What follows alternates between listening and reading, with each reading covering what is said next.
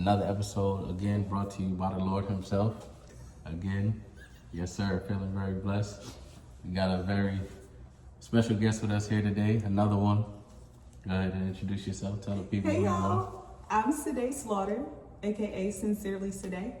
And a little bit about me, I work as a Dean of Students for a private Christian school in the heart of Charlotte. Nice.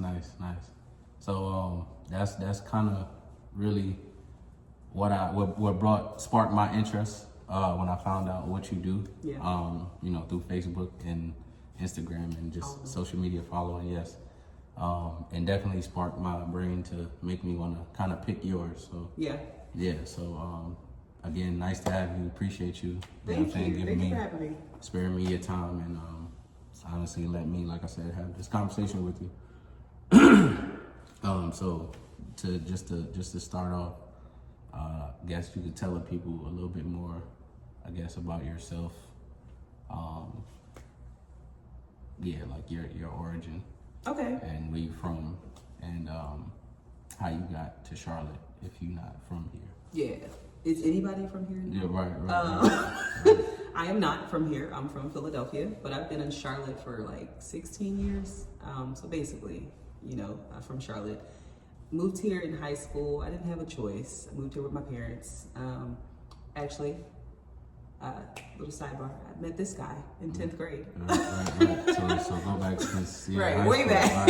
Right, for sure. But yeah, so from Philadelphia, moved here, and then I have 3 children.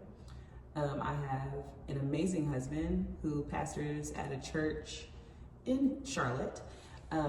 Like I said, I'm the Dean of Students at a private Christian school. I've been in education for about 7 years now.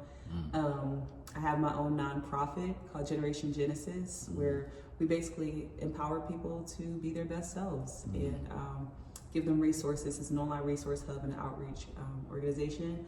And I also have Sincerely Sedae, which is my brand, basically just being the salt and light of the earth. It says on my shirt, Matthew 5:13-16. But just encouraging people to just be their authentic selves. So many times growing up, I spent time trying to hide who I was authentically, and now I don't. And it's freeing, and it's amazing. And I'm sure we'll get into more of that, but yes, that's who I am. Nice, great. So honestly, for us to go, that far back, like I tell a lot of people, I was just telling my homie, it's very motivating and inspiring for me to see, people I knew from way back then or wherever, and to see them doing so good in life or just, so positively impacting, others. So, again, shout out to you. Well, shout thank out to you. what you do for the Thank you. community, what you doing for the kids. Again, your husband as well, what I'm saying, him being the pastor. So that's big. I do feel like, again, people like you are undervalued and underappreciated. Yeah. So, and again, even your husband, like I said, shout out to y'all just again for even going down that path and again, being kind of a lighthouse for people as well. Because like I said, y'all are, in my opinion, brave enough to do a lot of things that maybe your average person just won't do or procrastinate to do. So. Amen. That's big. To God be the glory. Because it ain't us. For sure. Without him, right. With that being said, you being a teacher, and you having kids, I guess what's been the biggest gratifying thing that comes from that, and I guess the toughest. I don't want to say bad or like something you don't like, but just tough. Yeah. So the school that I work for is an anomaly in the sense that, yes, it's a private Christian school. When people hear private Christian school, they automatically think, oh, they got money, like they come from affluent background. That is not the case. If I could compare the school that I work for to anything, it's kind of like the private version of a Title I school. And Title I schools in the public school system are the schools that have, let's use our context clues, the highest rate of free and reduced lunch. A lot of the students that go to those schools come from impoverished and underserved backgrounds. And our school is an anomaly in the sense that it's not just your typical black and brown kids. Like there's a very diverse crowd, and we actually have a very large Asian population, which has taught me so much since I've started working there. But being there is so fulfilling. It's so fulfilling. Right. I truly do feel like God called me to be there. And just hearing like the different stories. Like I think our school, there's like 16 different languages that are represented. Like it's just super dope. And then on the flip side of that, my kids go to the school. So seeing the interactions between them and other students and knowing the staff and having that like direct communication, that relationship with them has been really, really amazing. I actually just taught my oldest son the last 2 years. Okay. I was able to teach him his 6th grade history class and his 7th grade English class. And it was just really cool. I always ask him because, you know, Gen Z, Gen Alpha, they're like, everything we do is cringe. Yeah. I was like, how is it like, right. Well, I asked him, I was like, how is it like with your mom being your teacher? Like, he's like, it's actually pretty cool. I was like, amen, like that makes me feel good. But yeah, just like just seeing them like have that aha moment when they get it. Like, nice, for sure. Makes my whole day. Yeah. Nah, that's dope, man. Yeah. You got certain shit you don't even, you know, got to worry about, like. You know what I'm saying? Opposed to somebody else who got a child going to school across, you know, wherever and can't see them or whatever. Like, I'm one of those parents, like, honestly, if I could work at a school, I honestly probably would.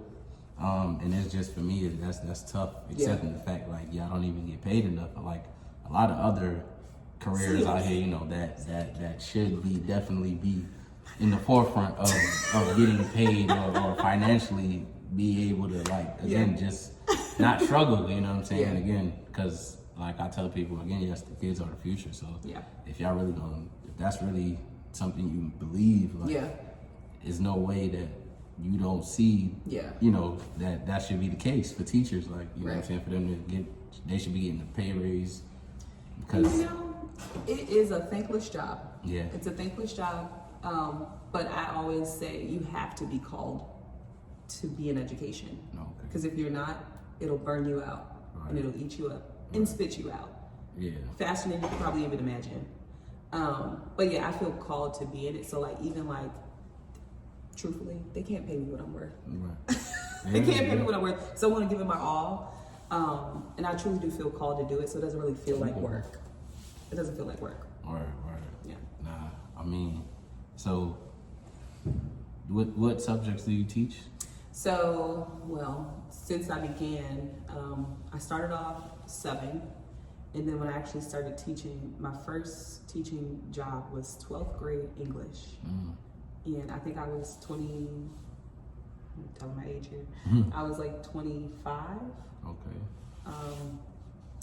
And from there, I went to 9th and 10th grade EC, Math and Science at Harding. Shout out to Rams. From there, what did I do?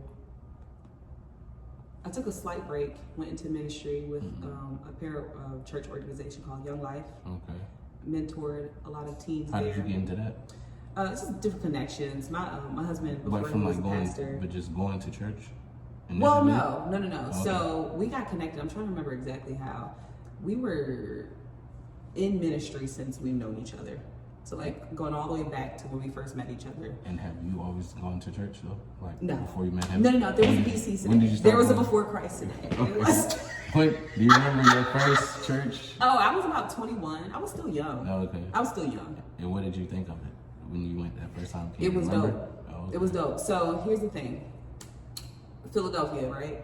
Raised by my parents and my grandparents, primarily stayed with my grandparents. They had me in church every Sunday, Wednesday, and everything in between. There for practices, for choir rehearsal, and all that. But when I was 14, my mom and stepfather, they moved to Charlotte. So from the time I was 14 up until the time I was 21, I had no church, completely fell away. And I would even say when I was a child going to church, the church that I went to, God bless them, it was a lot of like, we're doing this to check off a box. So it wasn't like authentic. It was religion versus relationship. So I didn't really know Jesus for real. But when I turned 21, you know, God smacked me in the back of my head. And my friends at the time, you probably know Leon and Melanie. Probably. I'm sure you've seen them. They went to my group too. But yeah, they came over to my house one day and were like, "You need Jesus," and you know, they were just joking. They were like, "Yeah, we want you to come out to our church's outreach event." Now, at that time, we were in the middle of a 9-day rainstorm, and I was like, "I got my son. Like, we're not going out in this rain." And then, at the time, I didn't know it was the Holy Spirit, but the sun literally came out 30 minutes before the event was supposed to take place, and I'm like, "Oh my gosh, like, what are the odds?" So I was like, "You know, let's go get some free food. Go to this outreach event, and you know, we'll have some fun, whatever." I get to the outreach event. I was talking to this lady for like 15 minutes. Didn't know she was the pastor's wife. And I'm like, "Yo, I've never had that before. I've never even heard of that before. Like the pastors being approachable is foreign." So I was like, "Okay, these people are really nice." And long story short, I actually met my husband that day. Of course, didn't know he's gonna be my husband. I didn't like him though. I didn't like him. I think that's how it always starts. So that's how they say. You saying that? But yeah, those 7 years, very toxic and tumultuous, and you actually met me in the midst of those 7 years. Yeah. And I was wild. Right. I mean, you know, we all go through our growth and our definitely maturing stages. My Lord. Gotta have those experiences to come out on the other end. No, seriously. Nah, that's dope. I mean, full circle, honestly.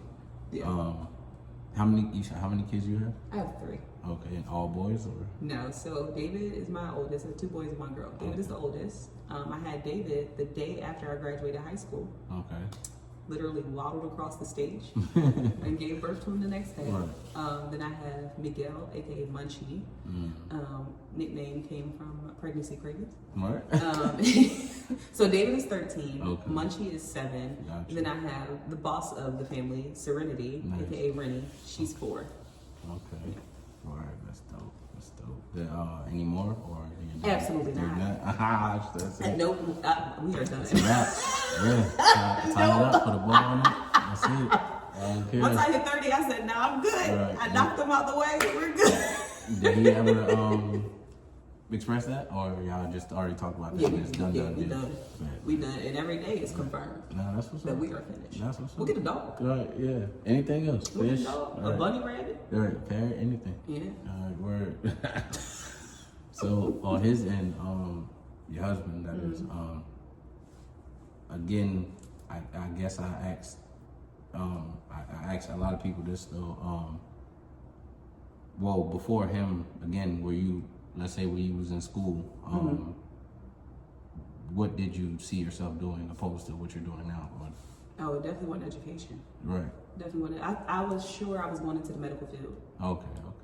By the time I had reached the end of my 11th grade year, I was like hooked on chemistry. Like I was super smart, but I loved chemistry, and I was like, I want to be a pharmacist. Right.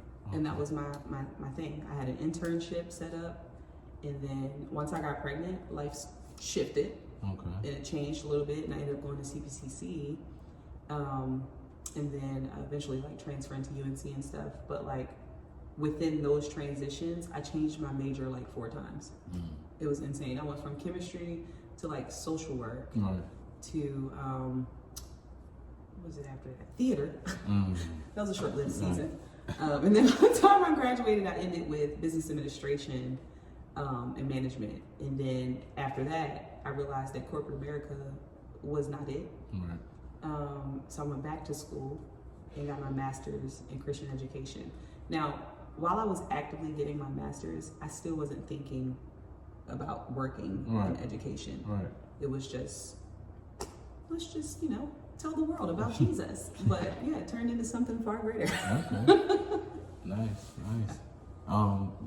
So you and your husband, again, like, do y'all, aside your nonprofit and whatever else he has going on, do y'all have anything like joint in terms of like ideas, or as far as like the pastor thing, or y'all just being both, like I said, thirded in the religious? Do you have any like big plans as far as like honestly, Mark, we are at the place where it's really wherever the Lord leads us. I feel like men make plans and God laughs. Like, I really do believe that. I really do. So so many times I was like, yeah, by this time or by this age, I'm going to be doing this, and by this we're doing this. And I'm like, no, we're literally just living yeah. and flowing. Yeah. Now, as far as like what we do now, so he is one of the pastors at the church, but I also lead all of the volunteers at the church. So pretty much what I do at the school that I work for is what I do at the church that we go to. Okay. And it's really cool because I get to be the energy. You know, I'm goofy, I'm funny, I love to like, you know, have fun. So like that's literally my element, like that's my thing. So I'm like, this is perfect. I get to do this at church and at school. Like it's super dope. But yeah, we do that together.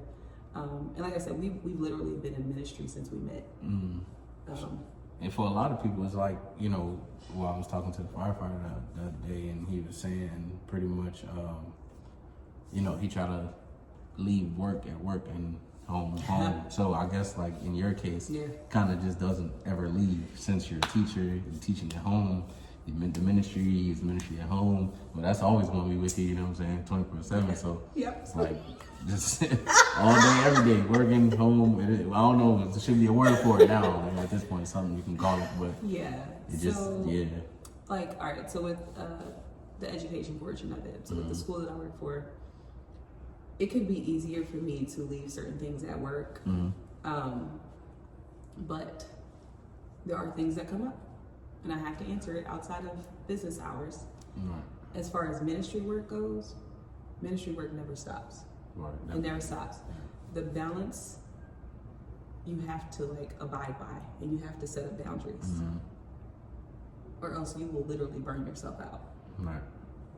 And I feel like we've learned that the hard way. We've learned that the hard way. Okay, so let me ask you another question. Do you think like somebody who's not, I guess, as religiously spirited or strong as you, like, and maybe they feel like, man, my life is just messed up and can't get right, nothing that was right for me, or always constantly learning about something.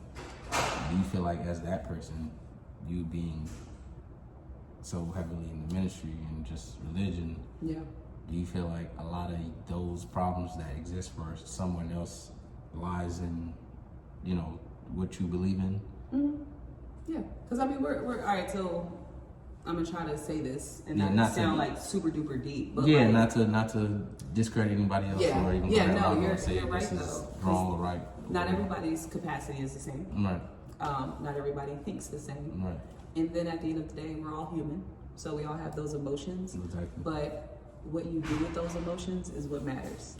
Like it's not bad for you to like feel anger and feel, you know, symptoms of depression. Like those are natural things. But when you allow yourself to continue to go there, that's when it becomes a problem.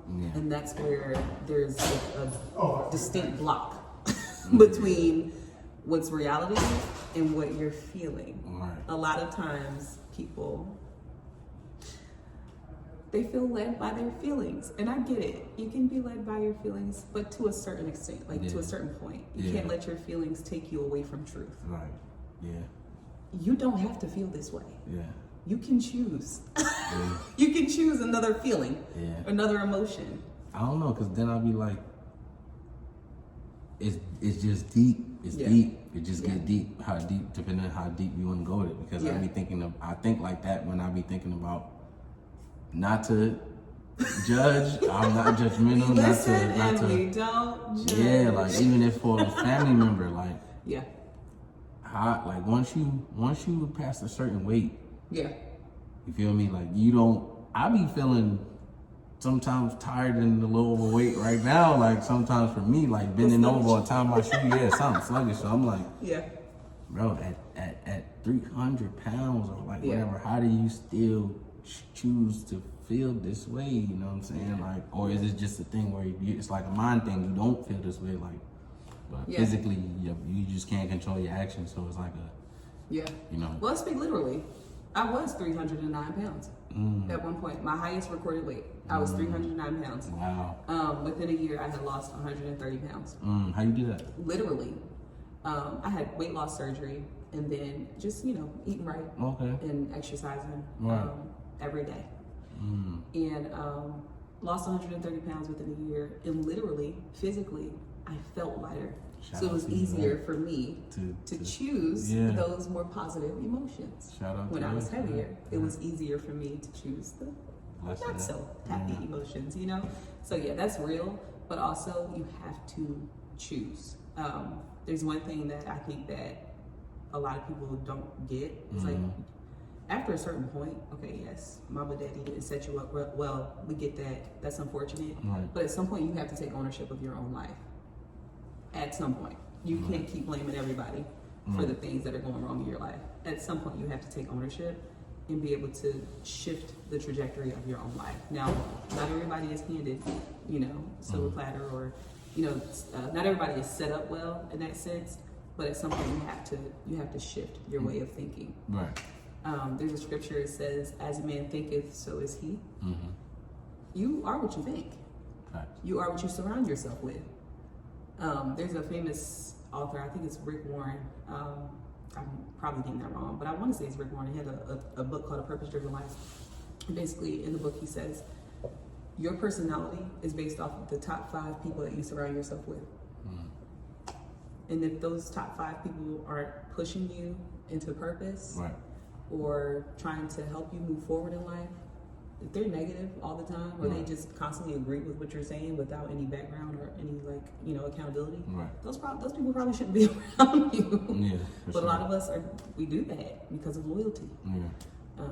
You know, or connections, whatever. Or I think I seen somebody say we're comfortable with the lies, but we, it was something that I can't think of what he said, but we're just more comfortable with the lies than getting the hard truth, or you know, settling for the truth or some shit like that. But for whatever reason, people are just conditioning a lot of people that way. So no, it absolutely is, and a lot of people are addicted to self-loathing.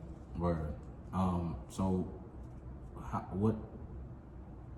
I'm assuming your children, like, they are happy, you know what I'm saying, in the sense that of what you do and what daddy does, like what they both of y'all do, they like, you know, what do they think of it, I guess? Our kids don't think of it. They don't. I'm not saying they just, and the reason why I say that is because, like, our kids had like career day one day or something. They're like, what did your mom do? What did your dad do? Well, besides they know that you're a teacher at his school or at the school. Honestly, like, you know how kids are like born into certain things? It's like, just, they're not really like, oh, my mom and my dad are these people. Okay. Like, they don't realize, like, we literally are in charge of thousands of people and, like, have a voice into thousands of people's lives. They don't see that. They just see mommy and they see daddy. Right.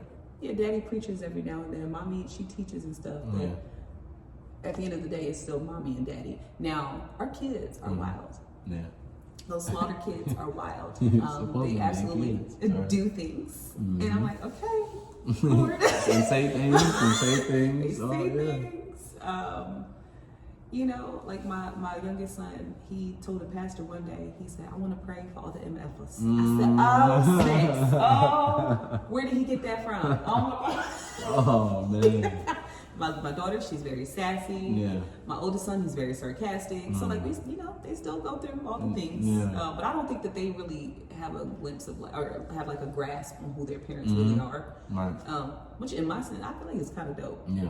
You know, like, there's not like a complex there. Yeah. You know, it's just mom and dad. I guess, well, for my son, like, or just being a father, like, one of my goals is, like, to just, I guess, like, for me, I was real appreciative of life and things, like, when I was a kid. So I want to hope that they are the same way, you know what I'm saying? Or I could breathe that same energy into them and just be as appreciative as I was, or even just grateful in the sense of, like, the things that, you know, like I said, that they are experiencing, knowing that, again, there's always worse out there, or things could be worse. So appreciate what is, you know, right now and what you got right now, you know what I'm saying? And I know for you, I guess, feeling like, you know, or being raised by your grandparents, it makes you happy also having them in a 2-parent household. Oh, yeah. And, you know, just having that partnership and trusting somebody, knowing that, you know what I'm saying, like I said, it is which I guess when you have that, it does make it like an enjoyable, I guess, roller coaster ride, I guess I would say, a limitless, just enjoyable roller coaster ride, because of course there's ups and downs. Yeah. But overall, like I said, at the end of the day, when you go to sleep, you know, it's still kind of a sense of security and, you know, pregnancy. Yeah. So. Yeah, no, you're right. That's dope. That's dope. And then like our marriage and our house, like that's our first ministry. There's nothing that comes before us. Right. And our pastors know that, our bosses know that, like everybody knows when it comes to our family, especially when it comes to me and my husband, we locked in. Right. You know, if something comes up, you gotta take the back seat. That's just what it is, you know? But yeah. Nice. Yeah.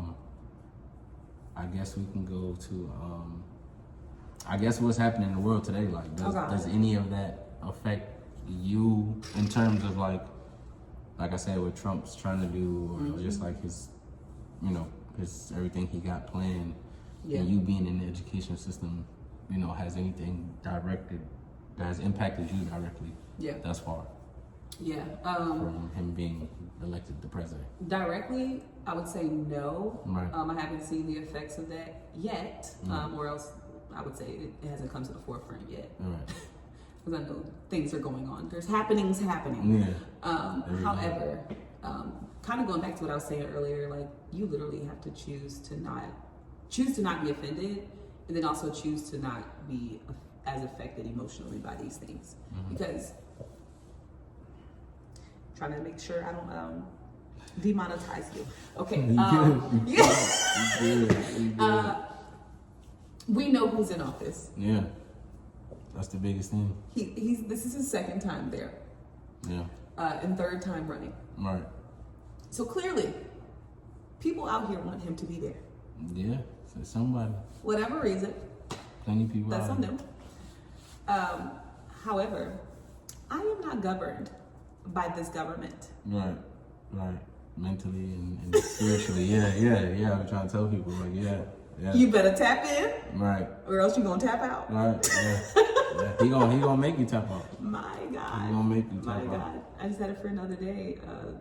She's talking about her cousin like had to go back. I think it was to like Germany or somewhere in Europe, and he won't let her back. Oh wow. She's been stuck. That's crazy.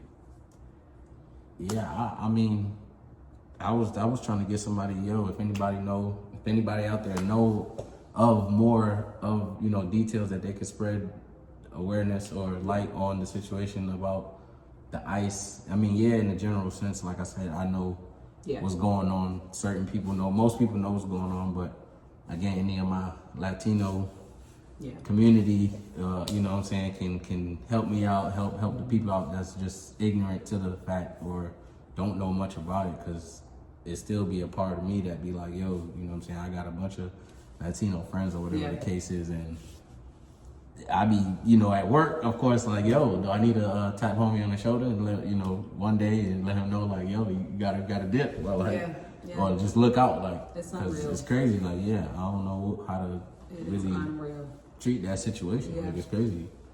So to see just them in real time having to like run, I guess, for a bunch of them being caught is, that's just crazy. Yeah, it definitely doesn't feel real. Right.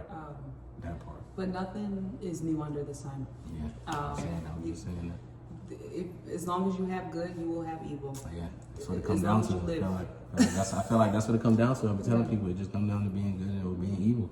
Because like some of the shit people be doing and trying to differentiate. Okay, like the Diddy thing. Again, not to bring it, you know what I'm saying, but bro, everybody, unless, and you know what I'm saying, and I guess if you put everybody's life under a microscope, then we can sit there and judge everybody's, you know, and say, well, look, he's this too, he's that too. You happen to be who you are, so of course your life is under a microscope the way it is. So for right now, you are a bad person. There's plenty of other bad people out there too, just like you. But for right now, you the one that got caught. You the one that's under the microscope. The one that's going and let's call a spade a spade. Yeah. Okay, maybe he didn't traffic nobody. Yeah. But I asked a bunch of fathers and I asked a bunch of like, would you want that type of person to date in your daughter? Right. Ooh. You know what I'm saying? To put it that way. Ooh. So again, imagine the first time, like I said, my daughter come to me, she like, oh, Dad, he made me do this. Yeah, and like I said, even being a female, like I do think it's times where it's like, again, yes, she deserves some accountability in the situation, But also, how many of these situations have we seen? And to know that, like I said, the brain don't fully develop until you're about 25 years old, male and female. So if he was, you know, if she was legal, if she was legal age, 21, 22, okay, cool. That's still, she still got 3 more years for her brain to fully develop maturely. So at the end of the day, it's still, I feel like, room to say, to argue, maybe she wasn't the most responsible person. Maybe she wasn't the most sound decision-making person at that time. And okay, cool, like, but there's plenty of cases like this in history where it's like, or this person with this money or quote-unquote power that they feel can manipulate this person to do things that they want them to do. Or after a while, ultimately against their will. And I'm just like, that's wrong. You shouldn't be able to manipulate someone under no circumstance. I don't care if they did do things with you 50 times. The 51st time, if they said stop, it means stop. That still means stop. Just because you say, well, you're going to do it the 51st, that's fine. I was with it the 49 times. But the 51st time, and I realized, and I got woke, I'm good. I say stop. So that don't give you the right to say, well, I did it to you 49 times. You enjoyed it that many times.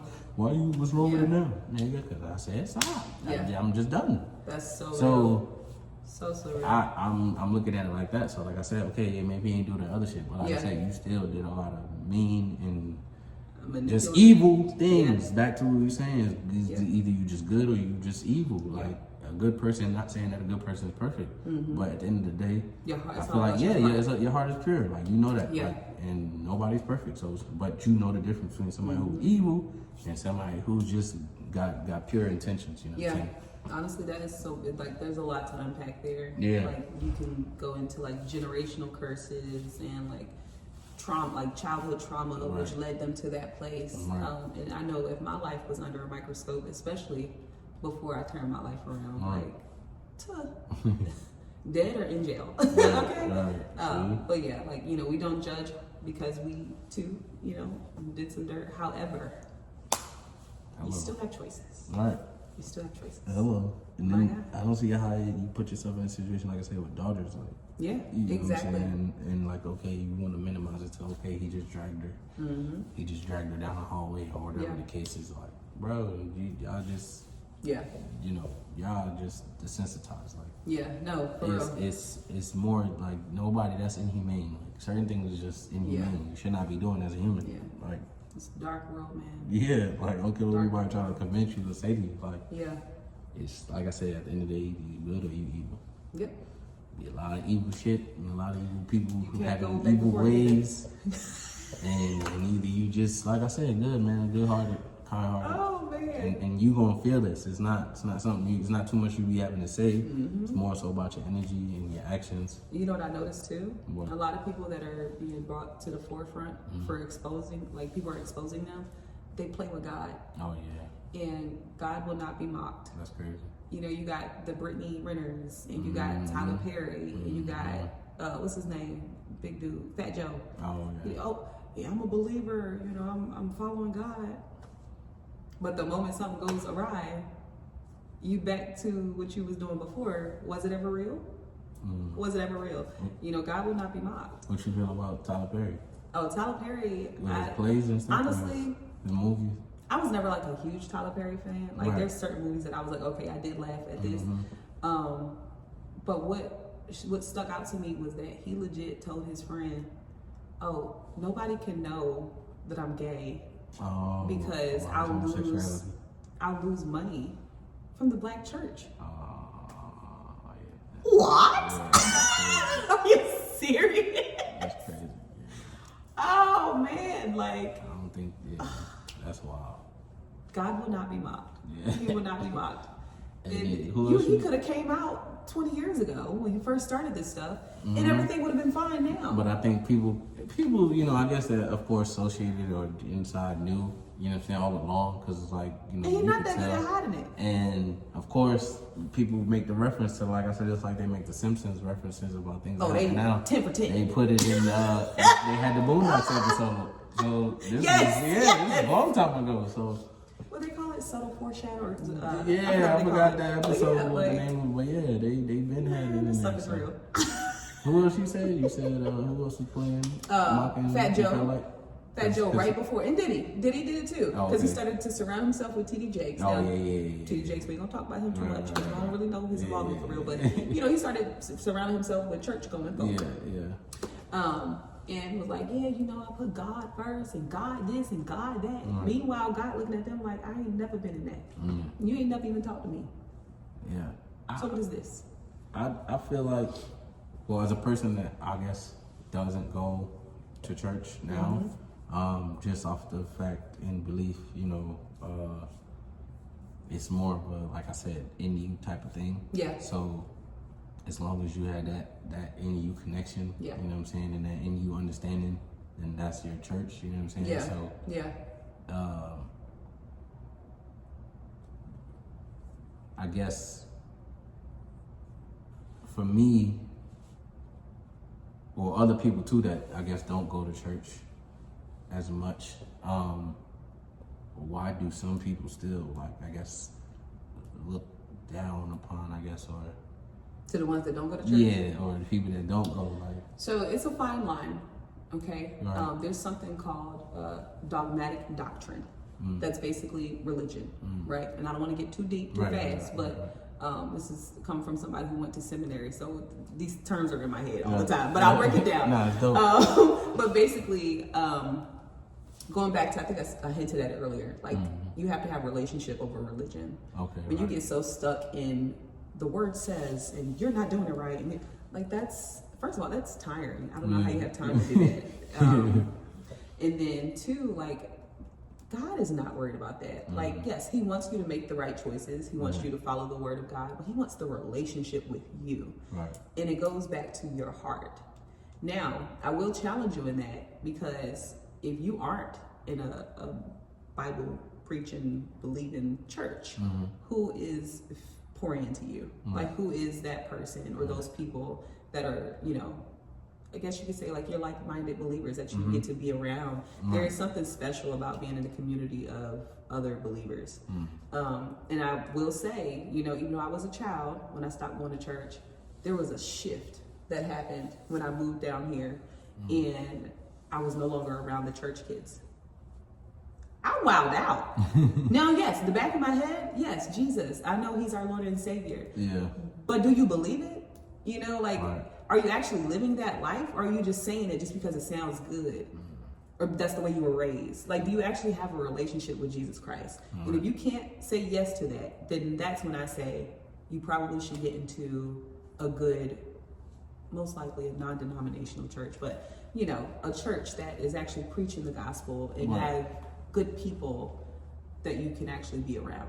Like get involved in like small groups at the church is a good way. And no, you don't have to jump right in and start serving and, you know, usher, you know, like you don't got to do all that. But there are churches out here that they just want you to come. You just show up, you get the word, Holy Spirit smack you, and you go home. Go eat dinner. How did your husband get to be a pastor? Yeah, so my husband has been preaching since he was 15 years old. Oh, wow. His story is a little bit different than mine. So, I guess when you preach, so when you preach, you're not considered a pastor just because you're preaching? Correct. Yeah. Okay, so when do you get to preach? Like, is that just like a privilege, of course? Or literally. Kind of like, what can I liken it to? It's kind of like if we had to compare us doing this, right? Somebody sees me, they're like, oh, I actually like the way that she talks or whatever. I'm going to invite her out, and you just continue to do that until, you know, you build up like your brand or whatever. Okay, you're credible. You're a credible People source. see you speak enough times and hear you enough times. But in order to be a pastor, you have to be ordained. Okay, right. Like that has to come from like a board of overseers and all the people basically confirming, yes, this person deserves to be a pastor. Right.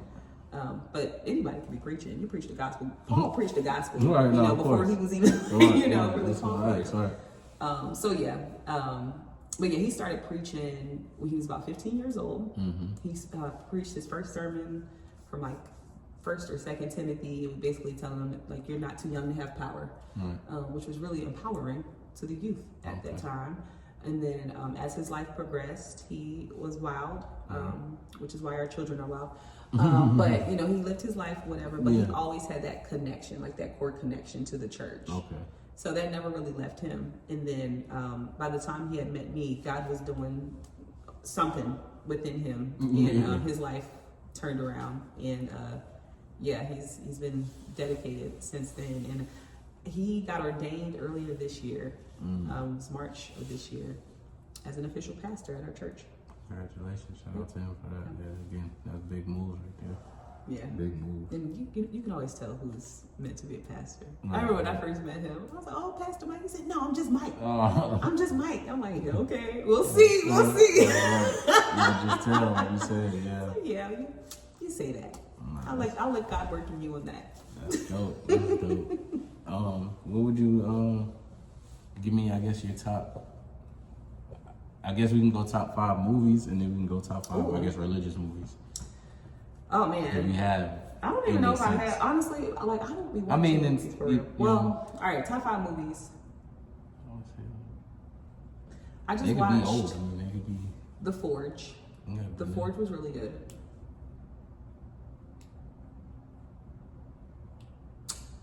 I have always loved horror movies. Okay. The Conjuring. Okay. Series. Okay. Purge. Okay. Final Destination. Okay. Jigsaw. Okay. Yeah. And The Forge. Okay. Yep. Those are my top 5. Scary movie for sure. We threw a Christian movie in there though. What was that? The Forge. Oh, The Forge. It's a really good. It's a really good movie. I thought you would say like maybe The Preacher's Wife or Priscilla Shire and Tony Evans and like that whole family. They have this huge church in Dallas. But yeah. What were some religious movies? Religious movies? Honestly, a lot of religious movies be corny. Yeah. I can't get into them. I can't get into them. It's a bunch of acting and faking. You know. And what you call it, exaggeration. Yeah. It's like Yeah. It don't really work this way. No. You don't just get baptized and everything changes and everything is great. Yeah, That's not. It's not real. What about, give me 5 things on your bucket list? Ooh, bucket list. Yeah. I want to go back to my origins. So I did an ancestry kit maybe about a year and a half ago. Okay. And found out that your girl is Caribbean. What? Okay, like Grenada, Barbados, and Jamaica. Okay. Like that's like literally 50% of who I am. Okay, and then it was like 30% Kenyan. And then the other percentage was like Taino, which I mean Taino technically is Caribbean. Right. So you gotta go. You trying to go to the Caribbean? Peruvian. Peruvian. Your girl is foreign. Oh wow, yeah. So you trying to go to the Caribbean, or you trying? Yeah. I want to go back just to see. Because one thing that. You gotta be careful now because you nigga putting bans on all other type of countries. Well, listen, you can I'm lock here. down I'm here. most of the Africa. I'm from here. My parents are from here. Yeah, he's crazy. He's crazy. Man. He's crazy. This is wild. Oh man! Wild times. Don't threaten me with a good time. Oh okay? yeah, not for sure. Wild times right now, man. Yeah, no, it really is. But yeah, I want to go back to like where it all started. I feel like a lot of African Americans, but African Americans that were like born and raised here, they don't know a lot of their history. Right. Like, you go to your Latino family and friends, or Asian and white, and they know where their families come from for like generations. And I'm like, I don't know past my grandmother. Right. Great, even though they great grandmother. Like, great I have no idea. And when I did the ancestry thing, I was like, oh my God, like there's connections here. Right. I think it went back like 39 generations. Damn. 39 generations. Sheesh. And it was so good. It was like really fulfilling to see, because I'm like, oh my God, now I have like a little piece of me now. It's like unlocked. But yeah, I want to go back to the origins, and it's beautiful. Oh yeah, of course. My Besides Lord. that's the main people, thing. The food. Fucking attractions and just like you said, the site. Yeah, the site it is. Oh my gosh. That's And just wild. honestly, I think it's humbling too, because you get to see so many beautiful people that have never lived a day in your life. Like people that have never been to America. Like my husband and I know I'm off, but we went to Curacao, and they had their own language, but they also spoke like 5 different other languages. Right. And I'm like, wow. In America, we only know one. So like we're behind, but it was like cool too because you got to see like, oh my gosh, like they're living this way and they're completely content. Whereas if America was to be living that way, we are so spoiled that we're like, oh, like we're gonna die. I was like, telling somebody that the other day. I was like, yo, them people over in London and you know, just like you said, like name the place you play. And then, like you said, they are very happy. They're very just as happy content. as most of us over here. Like Everybody they have happy smiling. days, they have bad days, but they have days where they are ecstatic. Yeah. You know, they're excited too. They loving their life. They so trust me. Yeah, and it's beautiful. It's just really beautiful to see. So yeah, you said top 5. Yeah.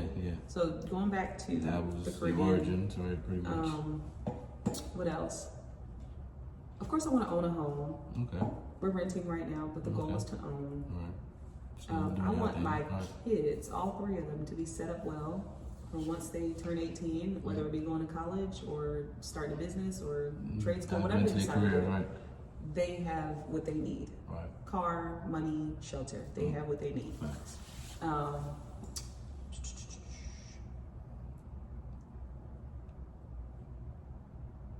Honestly, Mark, I just want the Lord to say, well done. Like, I really don't do this for anything, for real. Right. Outside of my kids and my husband. Right. I like be trying to tell people too, like, because I be like, some people be like, I guess trying to put on like a front so hard, and I be like, well, bro, if you feel like whatever you believe in is gonna pat you on your back at the end of the day, and be like, yo, good job at collecting all the Jordans. Yeah. Good job at whatever it is. Not to, like I said, not to downplay sneakerheads or anybody that collect whatever. But whatever, that's you cool. Yeah. Do that. You know what I'm saying? Do that, believe in that, and wholeheartedly believe it. Because like I said, I feel like it's the same with me. Me being me just wanting to be a father and kind of wanting to help others and just kind of, like I said, seeing my children grow is it's all I'm here for. That's all I'm doing it for. So I don't know what else you want me to tell you. Like, right. You know, so it matters. Like, it's when we leave this right. world, So it's very disposable and don't hit. You know, just don't hit like being a father and seeing your kids grow and doing shit like that. So you just don't. I completely agree. And I'm like, I mean, I wouldn't consider myself a sneakerhead, but just because you brought that example, like I have a lot of sneakers, a lot. Yeah. Honestly, don't know where some of them came from, but I have a lot of sneakers. But I think the thing that sets me apart from wanting to be called a sneakerhead is if a child or somebody came up to me and said, I really like those shoes. The first thing that comes to my head is, what size do you wear? Because I'm going to give them to you. You know, and I would do that with any pair. Like, even the chunky dunks. Okay, you know what chunky dunks are? Wow. Nobody has asked for them yet. That's crazy. But, y'all see her. Shoes. No, for real. Like, it's she got a pair of shoes for you. All materialistic, y'all. All materialistic. None of the stuff that we have here on earth we can take with us outside of our spirit and our heart. Like, those are the things that matter. Nah, for sure. That's dope. Yeah. I guess did you talk about like what your kids, what they want to be when they grow up, or well, honestly, just as a thought, obviously, because they can do anything they want, but so my kids at least the very oldest, he talented. be saying what he want to do. Yeah. So David, he does not have a sports bone in his body. Oh, damn. I don't know how. Athletic, because his dad was into sports. He played sports. I was into sports. Okay. You know, like his dad like played basketball or whatever. My husband football, like could have gone pro, D1, okay, but he got injured. But yeah, so like David is very artsy. He can sing, he can dance, he can act, and he can draw. And he just learned he knows how to crochet. So as far as his life trajectory, it's something in the arts. He's gonna do. He's gonna do something amazing. He also likes science too, but he's very artsy, creative. He thinks out of the box. He pays attention to the details and all that. Munchie, he's very big picture. Now he is very sports inclined. Like he's really good at a lot of sports: basketball, football, soccer, baseball. One-on-one. Yeah, that's not. No, seriously. Yeah, like he's very accurate. But he's very type A, like he has to have things a certain way. I was just about to say that he real specific. Very specific. And then he also is his daddy's son. He wants to preach down the heavens, and that's why he told the pastor what he told him. That's why he be getting them thoughts. Like because he think he can talk to his dad like that. So he will say anything, and I'm like, oh my god. Oh man, that's funny. So So yeah, I don't know what he would end up doing, but it's gonna be something amazing. I know that much. For sure. Well, baby girl, we call her HR. She keeps everybody in check. She's very nurturing. Did she tell on everybody? She's not a snitch. But she will set them straight. Okay, yeah. If somebody does something wrong, she's like, hey, you don't do that. At 4, just 4. Yeah. But she's very caring. She loves to hug and say I love you, and she's very girly, which is something I'm not used to, but she's growing me in that area. She is growing me for real. Okay. Yeah.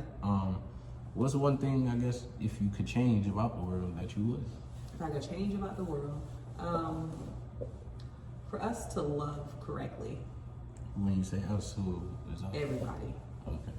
Everybody. If we could, you know how TikTok has like the trends like POV, like if you could actually see things from other people's perspectives before you judged, before you criticized, before you show hate or whatever. Like it was a day where we just switched bodies for 24 hours, switched lives for 24 hours. There's just so random much. people, random swaps, random wife swaps. Right. Yeah, like even the wife swap. Yeah, it was like a wife swap. Yeah. But like if people could like genuinely love others, you got to see from other people's perspectives and just life would be so much better. Like you said, it's deep. That's deep. Yeah. I think, because, people think of love. All right, so God is love, right? Yeah. When people think of love, they think of like intimate relationships and like, oh, I love my kids, I love my parents, I love. Right. But no, you have to love your enemy. Yeah, everybody. And it may be hard sometimes. But loving them, not, I'm going to be passive and let you get over on me or abuse me. Right. But love you as in, you know what? I'm going to choose not to be upset with you in this moment. Right. I'm going to choose not to, say what I want to say. Yeah. Like if we can get to that place, my God, how different would life be? Yeah. Also, I'd be like, well, that's if it's loving the enemy too, though. Sometimes I'd be thinking about that situation, like, well, is this person? Should I even have let this person be an enemy, or get to the point where they weren't even an enemy for me? They have to decide, just like, let me love this enemy, or this person I'm considering an enemy, like. Yeah. So Yeah, I think even with that, like, maybe they're not an enemy, but like somebody that, y'all just don't mesh well. Oh yeah, y'all, it's like water and oil. Right. It just ain't gonna mix. Right. But that don't mean I gotta hate you, and that don't mean that we gotta be at odds and going back and forth on Twitter. I think it was Plies that had that song. You wanna argue? That's literally my life. I do not argue with anybody. God bless you. Argue with you. God bless you. Yeah, you mad? Right? For what? What? I don't know. A lot of the time it just be based off of even what somebody else said, though. Like, it don't even be how you feel, but you just heard somebody else say it, so you feel that way now. Oh, that's a whole nother podcast. Yeah, like that'd be crazy to me. That's crazy energy right there. Like, go to the source. Yeah, or just go to the source. Or just like I said, ignore it, or just treat it like Sports Center. Just you heard the regular news today, and now I'm keeping pushing. Like, yeah. I'm not going to feel some type of way because somebody else told me something else. Exactly. About something else or somebody else. Exactly. And that's how you feel. Yeah. So I got to feel that way too now. Yeah. No, it's a lot of people that take things for face value just because they heard it on TikTok. Yeah, that's crazy. Just because one person said it, it must be true. No, do your research. People don't know how to research. Yeah, that's crazy. Are you for AI or? I'm absolutely for AI. However, little caveat. We have to be careful. We have what to if it's too late? stay. Oh, it is. It's absolutely too late. But we have to stay alert. We have to stay alert because AI is here. Yeah. And I think what people don't think about, like AI literally means artificial intelligence. Before AI existed, I'm putting air quotes, we were the intelligence. Right. We were the intelligent ones doing the things. So somebody got the idea and was like, yo, let's make somebody smarter than us. Let's make something smarter than us. That's eventually where we're going to go. These things are going to take over the 99 and 2000s. Okay? But with that, do not fret. You worked your whole life and studied and did all this shit. And then now, spent all these hours and say, I want somebody smarter than me. I'm smart as hell, but we need something smarter than us. Listen, ChatGPT will create anything you ask for, like anything. I think I seen that too the other day, and the owner or the creator was just like, he's surprised that a lot of people actually are like, believe and use it to help them. When he like, I don't know why y'all doing that. It's making it smarter. Yeah. He's like, that's not why I designed it. Like, you know what I'm saying? And that's crazy that y'all believe in it and using it like that. Really, using it as a Bible. And I did a TikTok not too long ago, and I was like, the generation now, Gen Z, Gen Alpha, and now Gen Beta, they don't know a world or a life without technology. Yeah. And we fought so hard to get to this place with technological advances and, to do all the things technologically, right? Right. This is the very thing we are going to be fighting against in the next 10 to 15 years. Oh, yeah, like the movie The Terminator. Yeah. That's movie shit. Yeah. It's real. That's where we are. I just say stay woke. And do not let that be your source. Yeah, man. Do not let that be your source. I just did a post the other day. It was like PSA, Chat GPT can't help you in real life, in-person conversations. And that's real. There's a lot of people who don't know how to think for themselves. I think a lot of people has, just like the internet does and was made to do, well, social media, I should say, not the internet. Social media was designed, just made to, exaggerate life and get people a false sense of hope and all other type of shit. Just steers people in the wrong direction. Because like I said, these people are living regular lives just like you and I.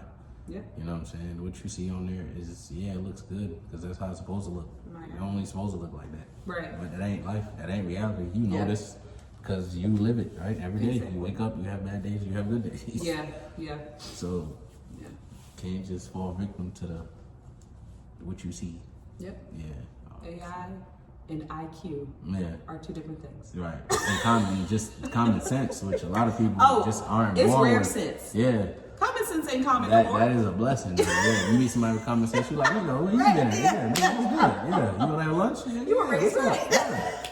I might know your grandma. What's her name? Man, what's her last name? That's real. That's real. Common sense is not common anymore. It's crazy. It's crazy. What you feel like the problem is with these YNs? These copy paste. What advice would you have to offer, anybody that has to deal with a YN? Or now you talking like in relation, like relationally, or just parent-wise, parent-wise, or have one, a single mother with one, or maybe they seeking, maybe you want to just be like, I want to believe in God or this and that, but I don't know nothing else, and what kind of advice would you have to that? I think that's twofold. On one side of it, it starts from the top. So ask yourself and be real with yourself. How were they introduced to this life? What did we watch growing up? What did we eat? What did we do? Who did we surround ourselves with? What was filling our brains? Going back to the people in those other countries and stuff, right? They don't know the life that we live over here in America. They're content with where they are because they've never been exposed to what we have over here. Whereas if they were born and raised here, this would be their life. They would be a part of this culture, the way that we live. Same thing with people who are raising kids that want to choose that path in life. But I say that on the flip side of that, have grace on yourself because your children are going to do whatever the heck they want to do, and that's real. You cannot be so hard on yourself. You're feeling like a failure or whatever because your child decided to do something stupid or they decided to go down a life trajectory that wasn't what you raised them to do. Have grace on yourself. But I would also say, be real with yourself and hold yourself accountable. How did we get here in the first place? How did we get here in the first place? And it's not always your fault, his fault, their fault thing. Like sometimes life just sets us up sometimes, and it's like, okay, well, what are you going to do with it? Yeah. For sure. Yeah. stop wearing the shiesty Meg. Like, don't do that. I don't know what it is, but Don't do that. They not gonna do that. I think they had a picture going viral. I think the dude was at the beach with a coat on or some shit. Yeah, I'm like, a coat at the beach. Coat at the beach. I'm like, it's crazy. They don't care about nothing. They don't care who looking at them. You know, they take that shit to the moon, to the next sense. Just like the not guy giving I a saw. fuck. He went viral. He had on his J's at the beach. Yeah, that's crazy. In the sand. That's crazy. In the sand. Oh my god. Oh man. Oh man. So I guess, what advice would you have for?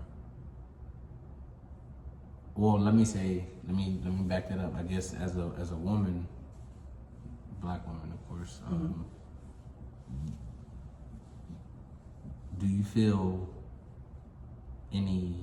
like you're being held back at all when it comes to society or I guess anything outside of your home or your sanctuary? What I would say, like when you go out in this world and you have to work and you have to deal with other people, I know of course you can tell, you know, like I said, just the different ways people treat you or try to treat you, I guess.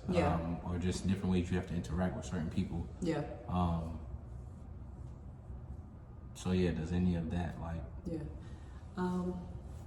I think that impact you in a negative way, like just being a black woman? Like, I know being married and having your husband makes you feel a certain level of like achievement and success and just a level of happiness. Like, but outside of that, do you have like days where you're like, well, damn, like, why do I have to deal with this, or why do I have to go through that? Yeah. Outside of your marriage and outside of your home. Yeah, no, you're right on it.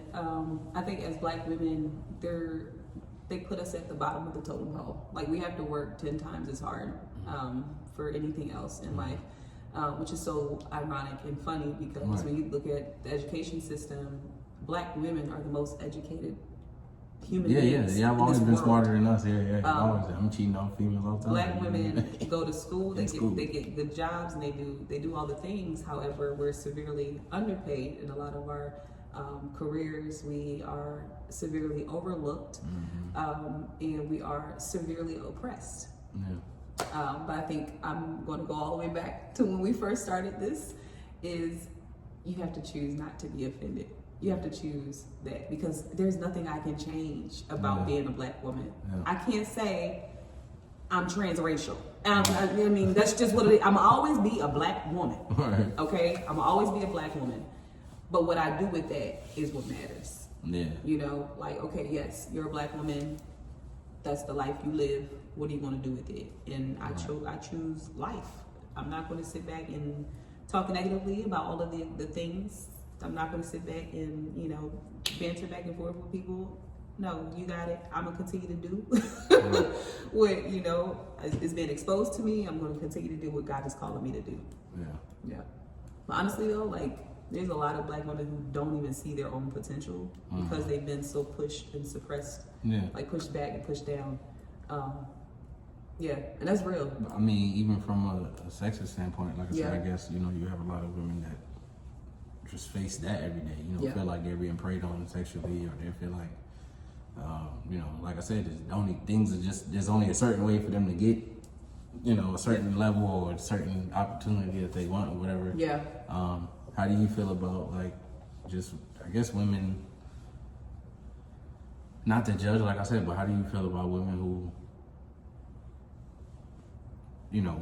put themselves out there in terms of maybe dressing promiscuous and then receiving that type of attention, you know what I'm saying, of course, or feedback, and then being like, well, that's not me, or why y'all thinking, this when it ain't that. But, from what we can see, you know what I'm saying, it looks like that. So this is how I'm going to act on it, or I'm act accordingly, you know what I'm saying? So I'll go based off what I see. So no, you're right. Is it like a sense of like, I feel like a lot of them be doing too much. Because like I said, a lot of women don't have to dress like that, or don't have to just overly sexualize themselves. Because I'm like, a lot of times I don't want males to do it or men to do it, which I feel like, again, to a certain extent, it is. No matter how many men that don't look at women like that, the majority of the world is like that. Oh yeah. So I'm sad, unfortunately, as much as men like me who don't want to look at women like that, or every woman I see, well, damn, like, you know, you, like I said, just over sexualize you. Yeah. But it's hard because it's like, well, damn, like for the people who do, I know how I guess I can feel how they do, because a lot of y'all over sexualize yourselves. No, you're right on it. First thing I would say is they don't know their worth. Right. A lot of women, especially black women, black and brown women, have daddy issues. I'm actually working on a book about that. Oh, really? Nice. Nice. But yeah, a lot of women, especially black and brown women, have daddy issues. They don't have, or they were not properly loved. Now, I'm saying a lot. That does not mean all. Okay? Because there are some black women out here that absolutely know their self-worth, but they don't know their self-worth. So that's where we get that first part. Secondly, they have seen other women be successful in doing these things. So they're like, oh, I'll do it. Y'all see it on Instagram all the time. Let me get the Jada Waiter braids, or let me do this like Meg Thee Stallion, or let me do this like Glorilla, or like they're influenced. So they're like, oh, well, if they got that outcome, they're getting that attention, maybe I'll get it too. Does it come from a self-fulfilling place? Yes. But a lot of them, they don't actually want they don't actually want what comes with that attention. They just want the attention. Because you have so many times where, you know, men get, you know, sent to court for maybe catcalling, or what they thought was a in, and it was actually a no way, this is never going to happen. And that's how you get caught up. That's how you get caught up. I think also on the other side of that, men and women think differently. If women are not emotionally mature, it's really hard for them to see the man or the woman, whoever they're, you know, in relationship or in a fence with, whatever, for who they are. It's like a blinder. Like I can't do this right now. I can't talk to you right now. I can't think properly right now because I'm offended, or I'm upset, or, you know, whatever the feeling is. Whereas men, they could be pissed off. But if they see a woman that they like or something that they like, best believe they going for it. And they can disconnect that. Women can't do that. They literally cannot do that. Which is why so many women find themselves with soul ties for having, you know, relations with other people before marriage, and, you know, that's a whole nother podcast. But yeah, like they don't know their self-worth. And like I tell a lot of people, not to cut you off again, it's like I'm gonna say all the time, every chance I get, because I don't want people to ever get confused with. I'm a big believer of just people not generalizing things. So like I said, a lot of times I'm not sitting here trying to generalize anybody, man or woman. I'm speaking off of the experiences that I've encountered, or the people that I know of personally, that's in that position or found themselves in that predicament, like, you know what I'm saying? So, or just, like I said, didn't even told me their business. So, I'm not speaking for all women, I'm not speaking for all men, you know what I'm saying? When I say certain things pertaining men, a man or a woman. So, for the most part, like she said. We also got to think about, like, where do stereotypes come from? Stereotypes come from the majority. So if this is constantly happening, there must be some truth to it. So if there are a lot of women who are out here dressing provocatively, and that's the end result with, you know, the unnecessary catcalling, unwarranted catcalling, and, you know, groping, and, you know, some, in rare cases, you know, a lot of times I just be like, well, if you, like I said, we know we got laws and other shit out here, you know what I'm saying, but that don't mean people still not here breaking the law, you know what I'm saying? So it's things in place to protect people, but at the same time, like, just like the shit that be happening in LA or other places, like, they tell you not to walk down the street with 30 chains on. You're asking for somebody to rob you, right? So again, why do you want to walk down the street with your ass cheeks out? You're not setting somebody up to come grab your ass, or just to be extra horny. To you, young lady, before you leave out the house, look at yourself in the mirror and ask yourself, why am I wearing this? Yeah. What validation am I seeking? Because I promise you, if the validation is from any other thing other than the Lord or your husband, it is incorrect. Yeah. Yeah, I mean, and that's facts. Also, I feel like a lot of females don't. Well, these days, this generation, again, a lot that I know of, not personally, you know, again, from friends on social media, here and there, people in real life, here and there, mutual friends. Yeah. A lot of them probably don't even want to end up married, like at this point. Oh yeah. So, not even speaking, like I said, for all of the ones that, you know, want to get married, but for the ones who don't, you know what I'm saying, still, again, what are you doing it for? Like what, you know, I promise you can get whatever you trying to get with that look, with a different look, or just with a body full of clothes, like exactly, or fully clothed, I should say. Yeah. No, so modesty is still sexy. Yeah, like it's not a must. Like it's not a must. Trust me. You like. Yep. The man gonna find you beautiful because he find you beautiful, like regardless. Exactly. Not because your ass is out. And again, my thing is like, I'm not gonna say like, okay, yeah, for your birthday you can't put on your birthday suit, or you know, whatever, you got that special event, but just for it to be like an everyday thing, or it's crazy. I can't even take my kids out in public. Every week, like go to Walmart. Like I'm in Walmart, bro. It's not necessary. Like who are you in? Like, but if somebody come up to you and try to, can I do this? Can I do that? Can you back the fuck up? Can you get out?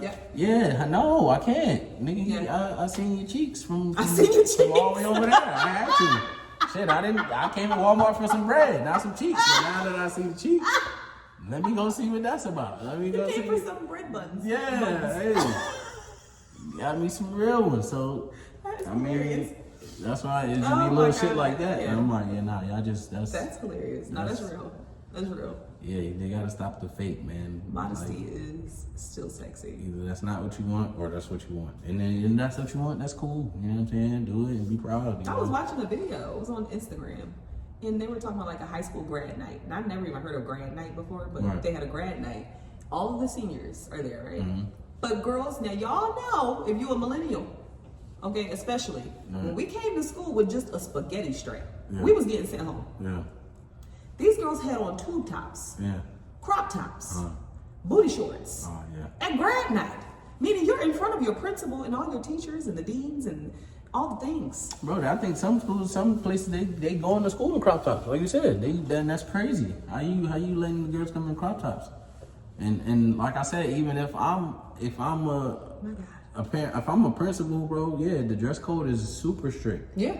Like most places need to just have uniform, and most places need to have, you know, like I said, none of that skin tight shit. Like, my God. You know what I'm saying? Even for the little girls, like I said, little girls running around with a head full of weave and all type. Like for what?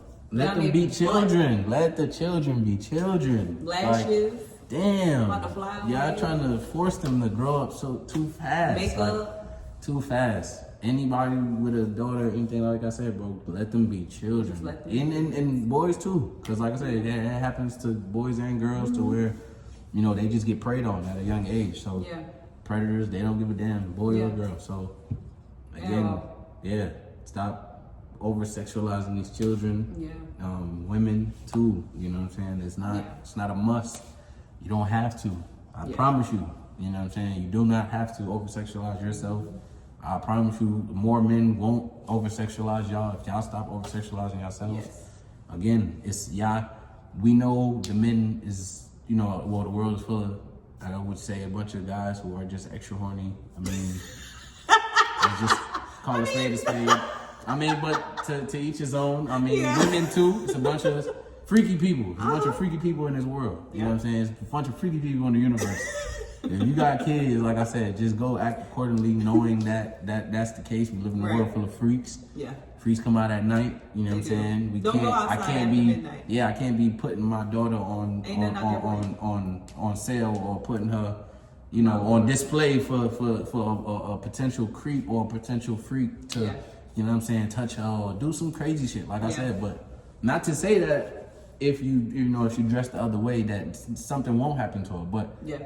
I'm pretty sure you increasing the Less chances likely. with her ass cheeks out, or letting her walk out with leggings every day, or like, come on. Like, that's another thing too. Like, I was talking about, oh, they let y'all wear that to school, but in the back of my head, I'm like, did your parents see you? Like, who approved of this message? Who approved of this outfit? Sleepovers, going to the one parent house who don't give a damn. How her daughter do, so they sleep over her house and she just leave out from there and wherever the hell she want, just like her friends. So, and you got the parents who don't even, they ain't checking in what they child doing, or ain't talk to the parent, ain't talk to their parent. Like, what? I can't. This generation, like I said, just totally different. And I be telling people, influenced. It's like, you want to worry about your home and your kids and just what you got, but at the same time, like, my son not about to grow up in this world by himself or alone. So I still got to consider the fact that I got to make him a likable person for someone else to be around him, or to have a certain type of love for him, or whatever the case may be. Like, I don't want him to be just to grow up into an individual where he like, oh nah, I'm for myself. Nah, this man, fucking, I'm a wolf. I'm eating everything, man. Get out my way, or get rolled over. Like, nah, you're gonna need friends. You're gonna need, those type of people in your life. So to support you and help you out. So don't burn bridges. Don't be that type of person. So y'all gotta also, I would like more parents to consider, like, consider who y'all children have to grow up in this world with, like, or to one day run into. You know what I'm saying? So. It could be my son, and just know you're gonna meet a dope ass person and a loving and a kind person. You know what I'm saying? So those slaughter kids, they ain't taking no. So I don't want to run into little daddy who you teaching this man to be. You know what I'm saying? Do whatever the fuck he want to do. Like, nah, get the fuck up out of here. You know what my son gonna do? Call the cop. Call the police. Get this nigga up out of here, man. I don't know what he's trying to do, but I don't feel safe. Get this nigga up out of here, man. I ain't jeopardizing my freedom and my happiness. For that, that's what we on. That's what my kid is gonna be on. I ain't with the dumb shit. None of that. That's good. I did enough dumb shit myself to reflect and say, look, please don't do no dumb shit. I don't give a fuck what they tell you. Don't give a fuck what your friends say to you.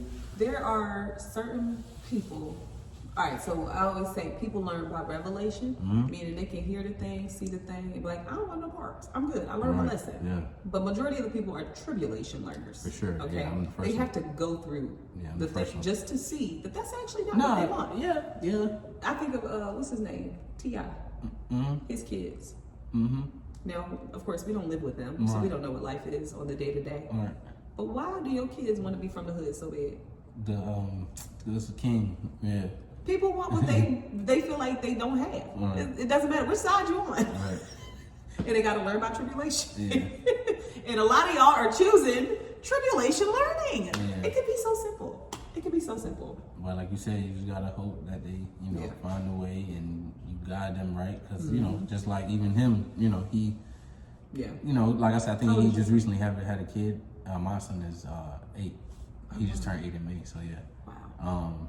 But T.I.'s son had a kid, and I think that, kind of humbled him and matured him like a lot of people do. So that was good. Shout out to him for that. So, he needed that. And I'm pretty sure T.I. knew eventually, this is just a phase, and this is what kids do, and, he'll see the light one day. So that's what's up, though. That's what it's about. The process and just trusting it. So exactly.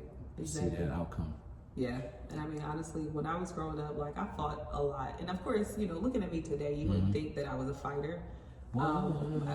Listen, I'm saying nice. What you was fighting over? What you was fighting over? But I ain't weak. What you was, just stupid things. If anything, I was defending the person that was getting bullied. So, like, if it was a bully, I'm about to bully the bully. Because why are you bullying? Yeah, why are you doing that? Don't do that. You was the one. Why you doing that to me? You know they weak. You know you gonna win. Yeah, pick on somebody else's house. Fight me, because I was always bigger. He's one of those. He's one of those. Fight me, right? Nowadays, I ain't fighting nobody. Okay, first of all, I got something that can catch you way quicker than my hands. But there's no point. There's no point. There's no point. But I had to grow to that. When you're young and you're immature, you think that those things, like the show, what's the Natalie Nunn show? Bad Girls Club. I tried to watch the show. I was like, this is gonna be something. I couldn't do it. The baddies. There you go. I tried to watch the show. I said, I can't do it. Because it's all they do. This is WWE. Yeah, that's it.